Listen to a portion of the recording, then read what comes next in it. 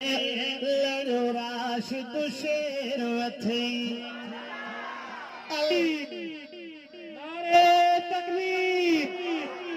राशिद महमूद सुमरो, अल्लामा राशिद महमूद सुमरो, कायदे सिंध अल्लामा राशिद महमूद सुमरो। नारे तकबीर। अल्लाह जे घर मिले लड़ो राशिद शेर वथई मां सदके वञा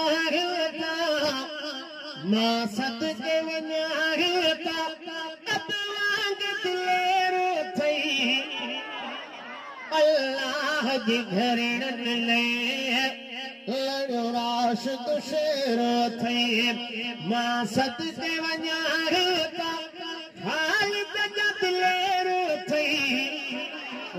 कर सुना। अल्लाह जे घर मिले लड़ो राशिद शेर वथई अल्लाह जे घर मिले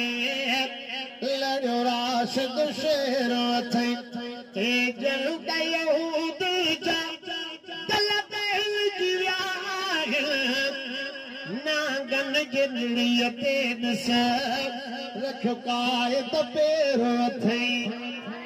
नागन जिंदड़ीअ ते नस रखो कायद पेर वथई जे सिंध विराईंदे तूं पादर खाईंदे जे सिंध विराईंदे तूं पादर खाईंदे निर्वार हणी नारा सवे साड़िया गैर थई निर्वार हणी नारा सवे साड़िया गैर थई निर्वार हणी नारा सवे साड़िया गैर थई वरी ख़त्म नबूवत जो ही चौकीदार पिया वरी ख़त्म नबूवत जो ही चौकीदार पिया असहाब जे मन मानुस हिन कढिया मेर थई मां घोर वञा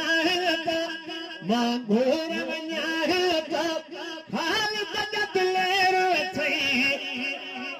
अल्लाह जे घर मिले लड़ो राशिद शेर वथई वॾेरनि जो नया वाठो राशिद जो हथ में पाछो वॾेरनि जो नया वाठो राशिद जो हथ में पाछो हाल जब हाकिम कुल मुर्स मथे रहे थई ओ मुझे कबर मथा लिखजो हो गुलाम साहबा जो ओ मुझे कबर ते ही लिखजो हो गुलाम साहबा जो हूंदो हिन जे होल बिड़ल ते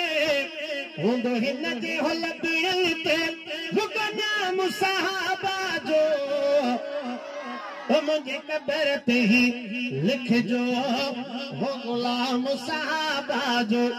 मुखे यार यकीन है